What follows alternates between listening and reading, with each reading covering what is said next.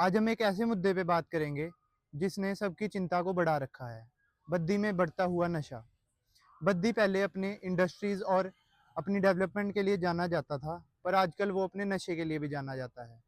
बद्दी में आधे से ज़्यादा यूथ नशों की गिरफ्त में आ चुका है। हिमाचल प्रदेश का इंडस्ट्रियल टाउन बद्दी, जो पहले रोजगार के लिए मशहूर था, लेकिन अब यहाँ दिन दहाड़े कुछ और ही होने लगा है। अब बद्दी नशे के नक्शे पर दिखने लगा है। हर दिन किसी ना किसी कोने से नशा करने वाला यूथ पकड़ा जाता है, चाहे वो दारू हो, स्मैक हो, चिट्टा हो या फिर सिंथेटिक ड्रग्स।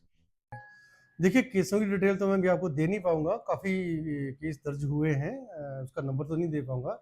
लेकिन हम भुक्की, अफ़ीम, चरस और चिट्टा काफ़ी मात्रा में पकड़ रहे हैं। हमारे थाने जो हैं सारे इस काम पे लगे हुए हैं। हमारी स्पेशल टीम्स हैं, हमने इस काम के लिए लगा रखी हैं।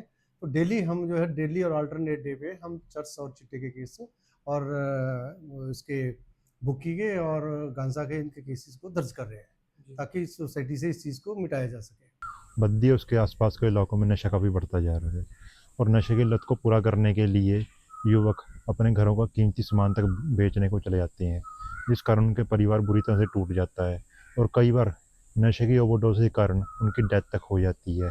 और हाल फिलहाल में यहाँ पे एक केस भी आया था जिसमें एक युवक ओवरडोज के कारण मृत्यु को प्राप्त हो गया। लड़का, हम घर से आए थे, लड़का हमारा बिल्कुल बढ़िया था एकदम। अब यहाँ आने के नशे में पड़ गया वो। बहुत नशा करने लगा। अब तो बिल्कुल ही नशेड़ा बन गया वो, समझ। और बहुत नशा बिक रहा है। हर दूसरे तीसरे दिन नशे के कारण यहाँ मौतें हो रही है। पुलिस प्रशासन को यहाँ स्ट्रिक्ट एक्शन लेना चाहिए, एक योजना चलानी चाहिए जिससे यूथ नशे से दूर रहे।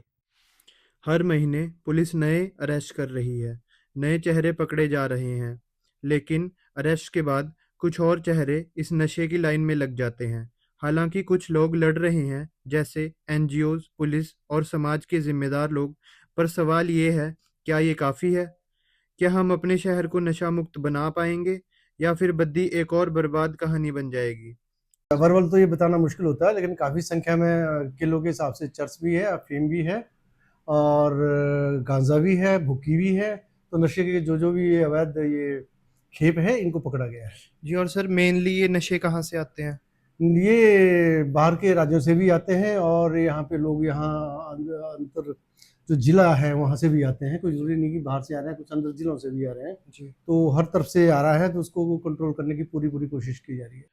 जहां इंडिया में दारू सबसे ज्यादा उपभोग होने वाला नशा है, वहीं भांग, गांजा और चरस दूसरे नंबर पे उपभोग किया जाता है और बाकी नशीले पदार्थ जैसे हीरोइन, अफीम और कोकेन जैसे नशों का भी कई किलो के हिसाब से उपभोग किया जाता है। और इंडिया में पिछले कुछ सालों में नशे के कारण सुसाइड के केसेस भी बहुत बढ़ चुके हैं।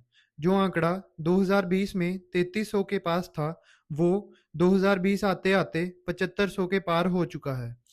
इन 7500 में से भी कई लोग ऐसे हैं जो बद्दी से थे।